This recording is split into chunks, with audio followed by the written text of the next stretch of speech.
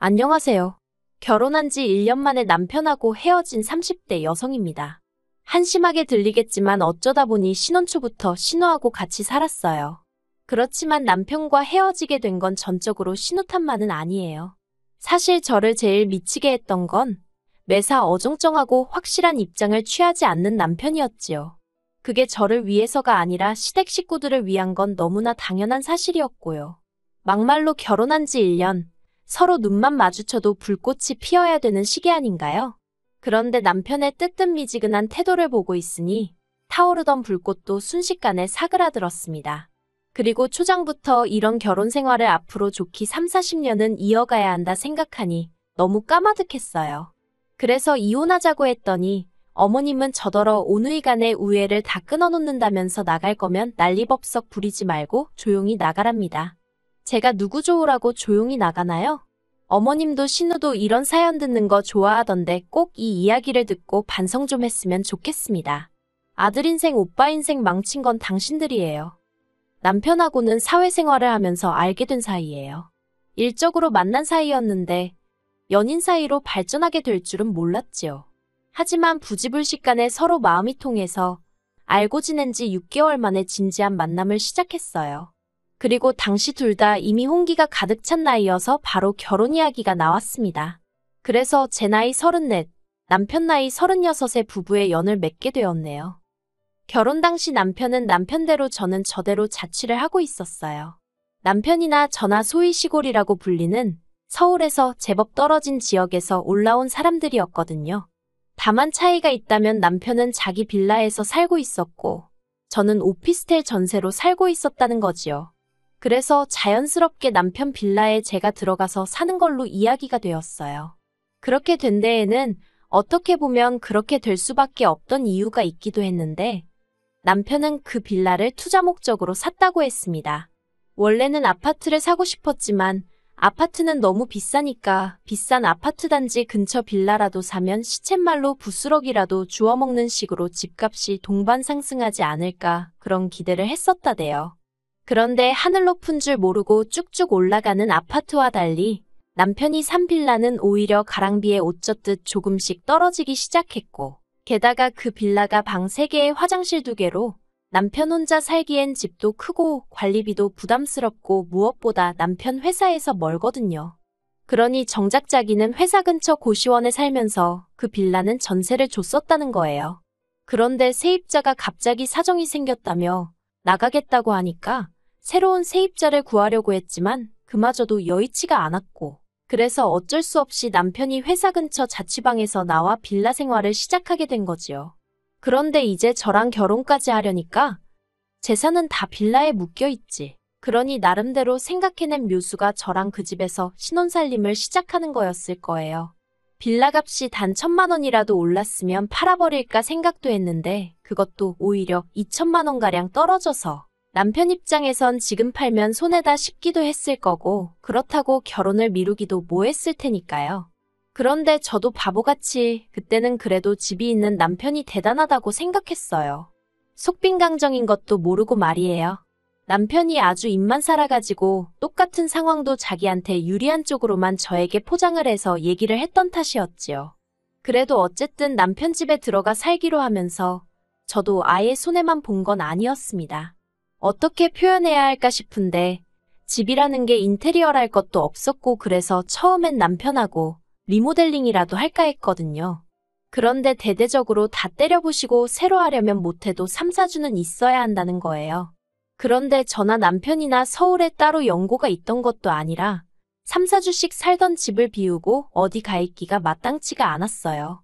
제 오피스텔 계약 기간도 애매하게 끝나가고 있었고 한 달씩 연장은 안 되는 상황이었지요. 그리고 무엇보다도 리모델링 비용이 부담스러웠던 것도 사실이에요. 아무래도 남편 집으로 제가 혼수를 해서 들어가긴 했어도 집 자체가 솔직히 제 마음에 쏙 드는 것도 아니었는데 4천만 원씩이나 드리기는 아깝더라고요. 계산적이라고 뭐라고 하는 사람도 있겠지만 저한테는 4천만 원은 거금이었기 때문에 결혼이고 사랑이고를 떠나서 계산을 아예 안 할 수는 없었습니다. 아무튼 그래서 그냥 들어가서 살게 되었어요. 그런데 그렇게 신혼살림을 시작하고 한 달도 채 되지 않았던 시기였어요. 하루는 어머님 아버님이 연락도 없이 저희 집에 오시더니 할 이야기가 있다고 하시더라고요. 그건 바로 신우에 관한 이야기였습니다. 신우에게 남자친구가 있다는 사실은 알고 있었어요. 정식으로 소개를 받은 적은 없었지만 저희 결혼식에 남자친구를 데리고 와서 친인척분들께 인사를 하고 다니는 모습을 보고는 저 혼자 속으로 짐작은 하고 있었지요. 그런데 알고 보니 결혼을 생각하고 있을 정도로 진지한 사이였던 모양이에요. 남자는 서울에서 나고 자란 사람으로 직장도 서울이었던지라 그쪽 집안에선 식도 신혼집도 서울에서 하길 바란다는 이야기를 전하시며 그래서 말인데 저희더러 신우가 시집갈 때까지만 데리고 있으라시대요. 신우가 결혼 준비부터 시작해서 이것저것 챙길 게 많은데 매번 기차를 타고 다니게 할 수는 없는 노릇이지 않냐시면서요. 솔직히 당황스럽고 내키지 않았던 게 사실이에요. 이제 신혼의 단꿈이 막 시작되었는데 남편은 어떻게 생각했는지 몰랐어도 제 입장에선 신우가 불청객처럼 느껴졌거든요. 하지만 제가 목소리를 내기에는 굉장히 애매한 상황이었습니다. 어머님 아버님이 대놓고 말씀은 안 하셨지만 어쨌든 집을 당신들 아들인 남편이 전적으로 해왔으니 남편의 여동생이 좀 와 있는 게 무슨 문제겠냐고 당연히 와 있을 수 있다고 생각하시는 눈치였거든요. 그리고 하다못해 남편이라도 나서서 그건 그거고 이건 이거다라고 딱 정리를 해주면 좋겠는데 그런 액션도 딱히 취하질 않았고요. 그래서 이래저래 약간은 울며 겨자먹기로 알겠다 했습니다. 그리고 그렇게 신우가 저희 집에 들어오게 되었는데 초반에는 결혼 준비에 필요한 상담도 받으러 간다 어쩐다 신이 나서 돌아다니더니 언젠가부터 그런 얘기가 전혀 들려오질 않대요. 다만 퉁퉁 부은 눈을 보고는 어느 정도 이유가 짐작이 가긴 했지요. 하지만 굳이 따로 묻진 않았어요. 시부모님도 가타부타 뭐 말씀도 없으셨고 파토 났던 거예요. 그런데 진짜 문제는 결혼이 무산되었음에도 불구하고 신우는 도통 내려갈 생각이 없는 눈치였습니다. 그래서 제가 어머님 아버님께 조심스레 앞으로 신우의 계획이 어떻게 되는지 혹시 들은 바나 아시는 바가 있으신지 여쭈어 보았지요. 그랬더니 어머님이 속상해 죽겠다면서 구체적이진 않지만 선보고 결혼해서 빨리 나갈 거라고 조금만 참고 기다리라 하시더군요. 그런데 신우 나이가 33으로 솔직히 어린 것도 아니었어요. 그렇다고 능력이 특출났던 것도 아니고 피아노 과외를 하고 있었는데 그걸로 자기 먹고 쓸 돈이나 충당하는 수준으로 버는 눈치였지. 저희 생활비에 보태라고 단돈 10만 원도 내놓은 적이 없네요. 어머님 아버님이나 남편은 한가족끼리 무슨 돈을 받냐는 시기였지만 솔직히 저는 아무리 그래도 성인 여성이 남의 집에서 얹혀 사는 상황이면 어느 정도의 성의는 보여야 한다고 생각했거든요. 그런데 오히려 그렇게 생각하는 저를 야박하고 쫌스럽단 식으로 몰아가길래 더 말도 안 하고 못했습니다. 그러다 한 번은 남편이 뼈있는 농담처럼 집주인이 괜찮다는데 뭘 그러냐며 저에게 웃었는데 제 귀에는 네가 이 집에 해온 게 뭐가 있냐고 꼽을 주는 것 같기도 했고 자격지심이었는지도 모르겠네요. 아무튼 당시에는 나서지 말란 소리로밖에 안 들리더라고요. 그러다 일이 생긴 건 올해 초였습니다. 신우는 친구들이랑 여행을 간다고 했고 친정부모님은 친정부모님대로 서울에 병원 검진도 있고 해서 올라오셔야 하는 상황이었어요. 친정어머니 생신도 마침 주말이었고요. 그래서 제가 친정부모님께 그러면 병원도 다녀오시고 저희 집에서 제가 생일상을 차려드릴 테니 그것도 드시고 이틀 정도 계시다 가시라 했지요. 제가 직장 문제도 있고 해서 고향집에 자주 내려가 보질 못하는 상황이었으니까요. 참고로 집에는 비어있는 방이 하나 있었고 가끔 시부모님이 오시면 주무시고 가시기도 하셨습니다. 그런데 저희 친정부모님이 올라오기로 되어 있는 날 신우가 왜인지 아침부터 입술을 대빨 내밀고선 집안을 들쑤시고 다니더라고요. 그리고는 기어이 11시쯤 나간다더니 안 나가고 있는 게 아니겠어요. 친정부모님 오실 시간은 다 되어 가는데 안 되겠다 싶어서 아가씨 안 나가냐고 물었습니다. 그러자 신우가 같이 여행 가기로 한 친구들과 싸웠다면서 기분 더러워서 안 갈 거랍니다. 그러더니 지방으로 쏙 들어가서는 방문을 걸어 잠그더라고요. 생각지도 못한 불편한 상황에 제가 이를 어쩌나 싶어 발을 동동 구르던 찰나 친정부모님이 오셨습니다. 어쨌든 친정부모님을 그냥 돌려보낼 순 없었으니 집 안으로 모셨어요. 그리고는 준비한 음식을 꺼내 점심 식사를 차리고 남편과 저 그리고 친정부모님까지 모여 앉았지요. 방에 신우가 있는 걸 뻔히 알면서 저희 넷이서만 식사를 할 수는 없었으니 신우더러 아가씨도 나와서 같이 먹자고 방문을 놓고 했고요. 그런데 신우가 대뜸 짜증나게 말 시키지 말라면서 음식 냄새나는 거 비위상하니까 빨리 먹고 치워요 그러는 겁니다.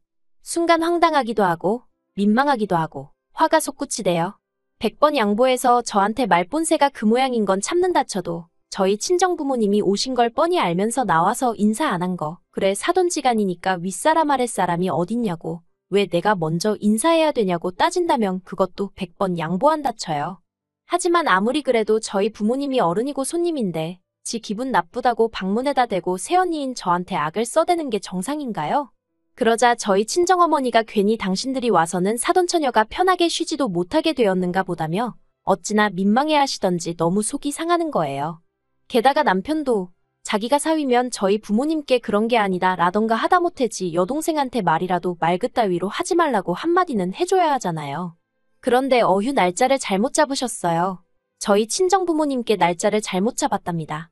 저희 친정어머니 생신인 걸 몰랐어도 문제고 아는데 그런 소리를 했다면 그것도 문제인 거지요.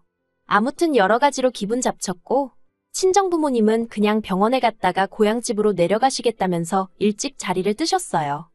그렇게 친정부모님이 가시고 너무 속이 상해서 저도 모르게 눈물이 나오더군요. 그런데 그때 신우가 방에서 기어나오더니 갔어요? 그럽니다. 그리고는 나와서 냉장고를 열더니 저희 친정어머니가 제가 좋아하는 반찬 몇 가지를 해다 주셨거든요. 그걸 보고는 아, 같이 쓰는 냉장고에 냄새나게 이게 뭐냐며 갖다 버려요 그러대요. 정말 짜증이 나서 같이 쓰는 게 아니라 아가씨가 얹혀 쓰는 거니까 조용히 해요 하고 저도 한마디 쏘아붙였습니다.